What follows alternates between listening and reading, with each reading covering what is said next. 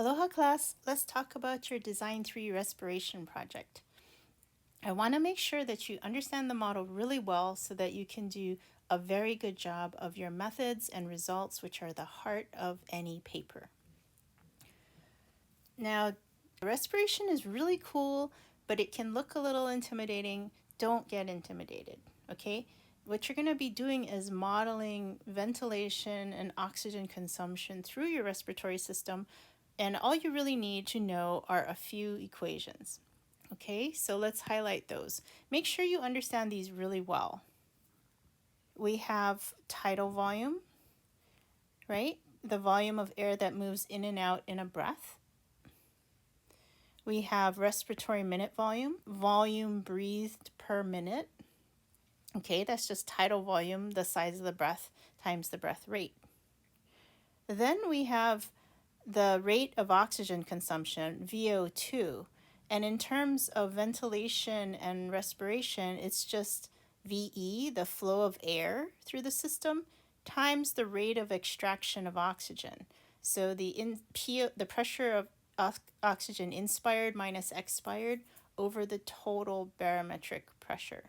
This part actually just is the fraction of oxygen extracted. Okay, so if you keep track of the fraction of oxygen you're extracting times the flow through the system, that's exactly how you get the rate of oxygen flux. So to do this, you need to know this PO2 extracted. And that comes from this equation here when you have tidal lungs.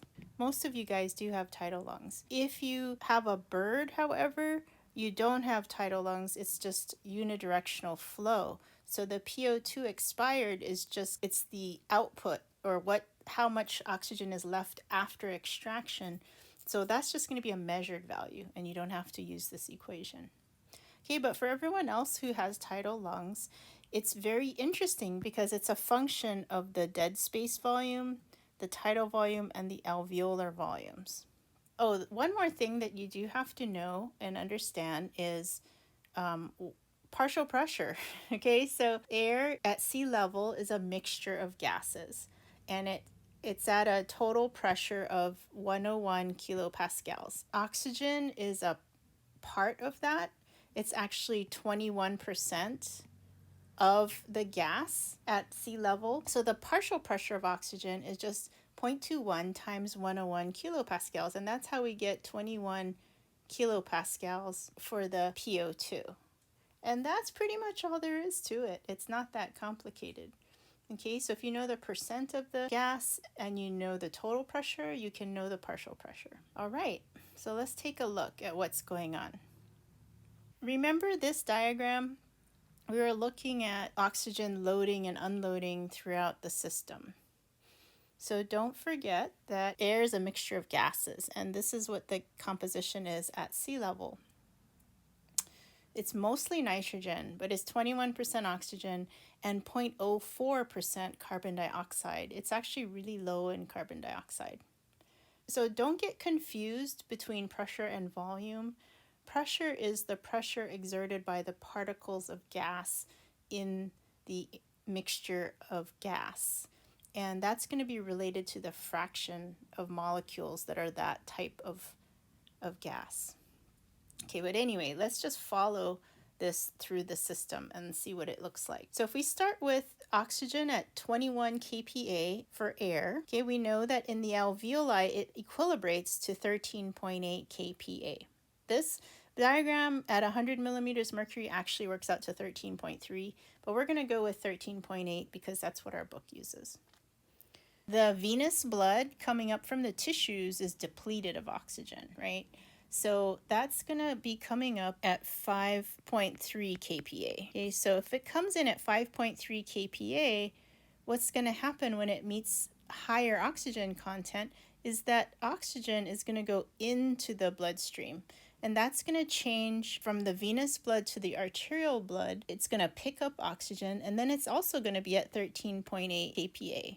It's going to very quickly equilibrate right here at this interface. So it travels through the heart and down to the tissues. And at the tissues, the PO2 is really low because that's where it's being consumed. And at that point, it's 5.3 kPa. So what's going to happen? Well, the 13.8 is going to go into the tissues here. And that's how, when it comes out, it's going to be at 5.3 kPa. So it's going to go around again and just keep picking up oxygen at the lungs and dropping it off at the tissues. Okay, but it's equilibrating at these 2 points. The opposite is happening with the CO2, right? So in air, it's very, very low. In the alveoli, it's actually 5.3 kPa. This is the PCO2. In the arterial blood, it's going to be, again, 5.3 kPa. At the tissues, that's where the CO2 is being produced, and this is going to be 6.1 kPa. So then it's going to give up CO2 into the bloodstream that leaves the tissues, raising this to 6.1 kPa. So this equilibration is happening all the time with all the gases, and not only oxygen and carbon dioxide, but also water vapor. Remember REWL, respiratory evaporative water loss. So expired air has more water vapor than inspired air. And so it also can equilibrate with nitrogen. But all in all, it's going to maintain that total pressure of 101 kPa. So that's why there's no change in volume, because there's no change in total pressure. It's just the composition of the gases that's changing. Okay? So let's break this down even more. Let's pretend that this is our idealized lung. Here's the trachea, or VD. And here's the alveoli, or VA. And together, this gives us the tidal volume, the volume breathed in one breath. Yes? Okay. So in one breath, we have air coming in to the alveoli, right? And this is at 21 kPa. Pretty much as soon as it comes in, we have the venous blood coming in that's deoxygenated, 5.3 kPa. Oxygen is going to come in.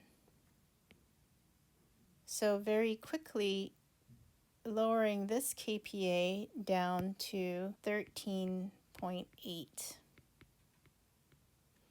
and raising this to 13.8 because the oxygen moved from the alveoli into the capillary. And then when the air is expired, that expired air is going to be a mix of the air that's in the dead space at 21 kPa because there's no gas exchange going on there, plus the air that's in the alveoli because that's where the oxygen got absorbed. It's a weighted average of these two volumes, weighted by the proportion of the volume of each piece. So they're both a fraction of tidal volume, right? Those two things together make up tidal volume, but the portion that didn't exchange gas is in the dead space, and the portion that did, where the oxygen absorption happened, is in the alveoli. This is going to give you the PO2 expired, the portion that's in the dead space plus the portion that's in the alveoli. And typically it's going to be something around 15-ish, but it depends, right? It depends on how big is your dead space relative to how much goes into the alveoli. That's the really cool thing. During exercise, when VT goes up, what's going to happen? Well, VD is going to be the same, right? But VA, if it goes up, this is going to go up. So if this portion goes up, what's going to happen is PO2 expired will go down, which means that more oxygen went into the body. What you should do is look up for your animal, what is a typical VT at rest? How much does VT increase with exercise. From that, what breath rate do you need to meet VO2, right? And this is going to be determined by your metabolic rate, whether it's at rest or whether you're modeling DMR or whether you're modeling maximum MMR. I would suggest that you look at RMR and MMR. And I would also suggest that you develop a scenario that you could really dig your teeth into and model to see what happens. And so one of the fundamental questions is, can your animal meet its oxygen demand with its lungs? Does it have enough aerobic scope? Try to think about whether or not it could meet that maximal activity. It may not, right? Because we as humans can easily expend much more energy than our lungs can supply, so that then we start to go into anaerobic metabolism, right? You can incur an oxygen debt. So that's one strategy. Alternatively, your animal might have enough aerobic scope in order to meet all of its demands. It just really depends on how this all works out.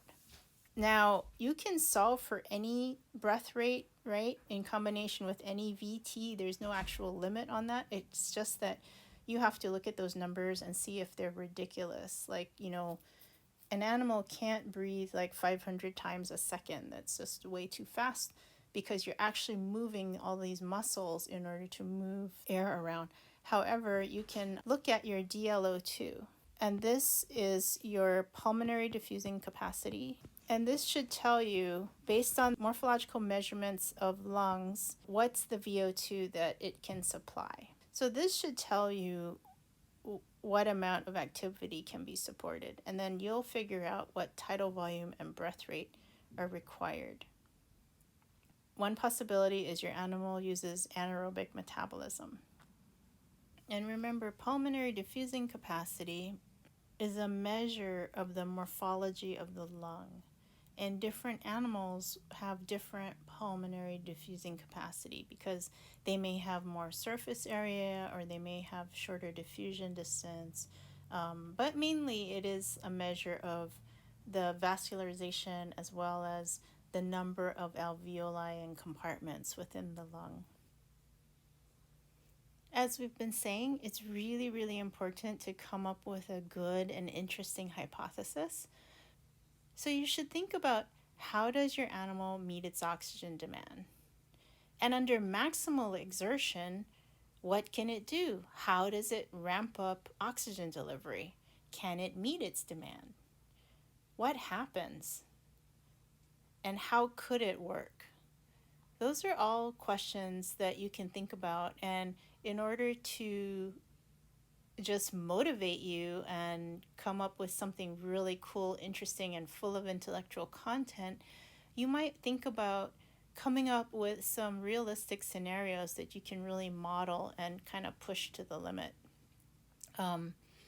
Yeah, have some fun with it.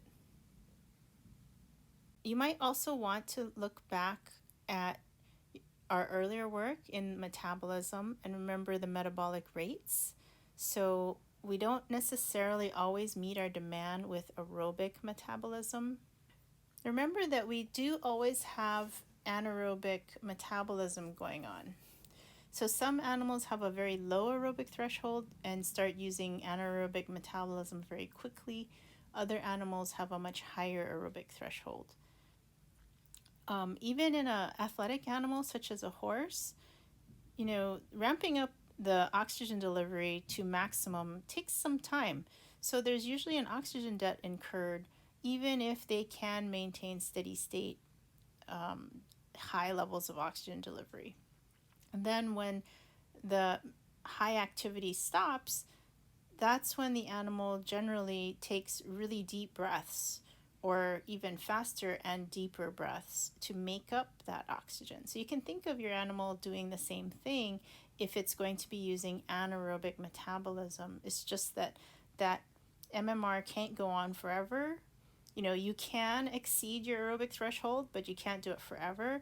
And when the animal stops to rest, that's when the oxygen debt has to be recovered. And in that way, you can kind of think of it like that intermittent feeding model. It's kind of the same thing, where you have the consumption of energy is very large, but then you pay it back with the recovery after. So the incurring of the debt and then the absorption of the oxygen don't have to be synchronous. So that's one of the really cool things about animal design as well. One more thing I want to show you about DLO2 and also some really interesting ideas. So in the supplemental readings, there's some really great papers down here on the bottom with regard to respiration. And there's lots of different rest and activity papers. It's not that hard to find tidal volume changes with exercise for mammals. You can just look at look at tidal volume exercise or respiration exercise or exercise physiology mammals, and you'll find a lot of stuff. Okay, but this is a really terrific paper. This Wiebel, Taylor, and Hopler, 1991. On the bottom here, Symmorphosis. Everyone should read this paper. It's a really fantastic paper, famous paper, okay, about symmorphosis. It's just simply that in biological organisms, structural design is matched to functional demand. Okay, that's the concept of symmorphosis. So they set out to test whether this is true at multiple levels of the oxygen cascade and to see where there is a potential bottleneck. And what's really interesting, and you'll see that this is where this really cool diagram comes from. Okay, so they're looking at the lungs, the lung capillary interface, the convection around the body, the circulation to tissue interface, the mitochondrial interface, all of that really cool stuff. And they look to see whether the demand and delivery are matched. Really cool is they have this equation here for DLO2, a scaling equation. So this is for an average mammal. So if you're studying mammals, this is something you might be able to use. You might be able to find something more specific to your animal too, though, because that's going to be related to lung design. And what's really cool here is that they have this interesting table. Take some time to look at this, because they wanted to know whether there was a different design for athletic versus sedentary. And this is like your super athlete versus your couch potato. Okay, so they had 3 size comparisons: small, medium, and large. And for each one, they have these cool comparisons: dog versus goat. So of course dogs are endurance runners and goats are not. Pony versus calf, and then horse versus steer. So you can think about, is your animal an athlete or is your animal a couch potato?